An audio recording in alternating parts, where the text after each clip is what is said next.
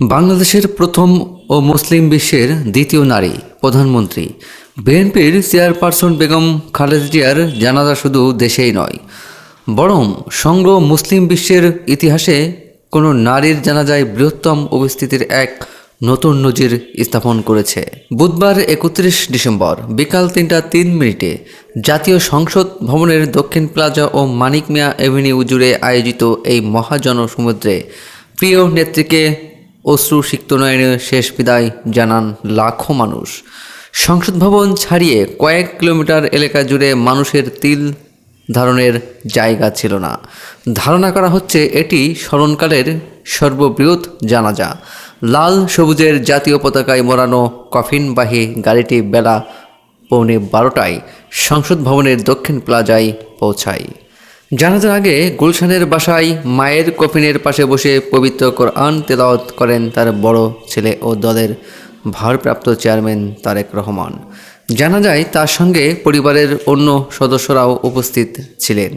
অন্তর্বর্তীকালীন সরকারের প্রধান উপদেষ্টা ডক্টর মোহাম্মদ ইউনূস, উপদেষ্টা পরিষদের সদস্যবৃন্দ, ৩ বাহিনীর প্রধান, বিদেশি কূটনীতিক, বিএনপি মহাসচিব মির্জা ফখরুল ইসলাম আলমগীর সহ দেশের শীর্ষ রাজনৈতিক নেতৃবৃন্দ জানাজায় শরিক হন। বাইতুল মোকাররম জাতীয় মসজিদের খতিব জানাজায় ইমামতি করেন। জানাজা শুরুর আগে খালেদা জিয়ার প্রধানমন্ত্রী ও বিরোধী দলীয় নেত্রী থাকাকালীন গুরুত্বপূর্ণ কিছু বক্তব্যের অংশবিশেষ লাউড স্পিকারে শোনানো হয়, যা উপস্থিত জনতাকে আবেগে ভাসিয়ে দেয়। জানাজায় অংশ নেওয়া সাধারণ মানুষ ও বাসস প্রতিনিধির সঙ্গে আলাপকালে আদিব ও সুলাইমান নামে 2 ব্যক্তি জানান, একজন নেত্রী কতটা জনপ্রিয় হলে মাইলের পর মাইল মানুষ পায়ে হেঁটে জানাজায় আসতে পারে।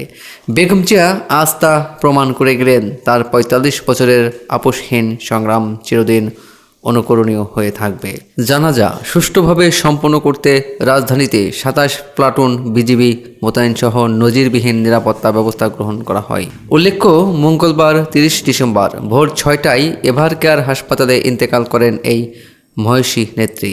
তার প্রয়াণে আজ বুধবার সারা দেশে সাধারণ ছুটি এবং বুধ থেকে শুক্রবার পর্যন্ত ৩ দিনের রাষ্ট্রীয় শোক পালন করছে বাংলাদেশ। জানাজা শেষে তাকে রাষ্ট্রীয় মর্যাদায় শেরেবাংলা নগরে প্রয়াত রাষ্ট্রপতি জিয়াউর রহমানের কবরের পাশে দাফন করা হচ্ছে। ইতিহাসের এই বৃহত্তম জানাজা শেষে ঢাকাবাসী ও দেশবাসী এক স্তব্ধ শোকের মধ্য দিয়ে প্রিয় নেত্রীর চিরবিদায় প্রত্যক্ষ করল।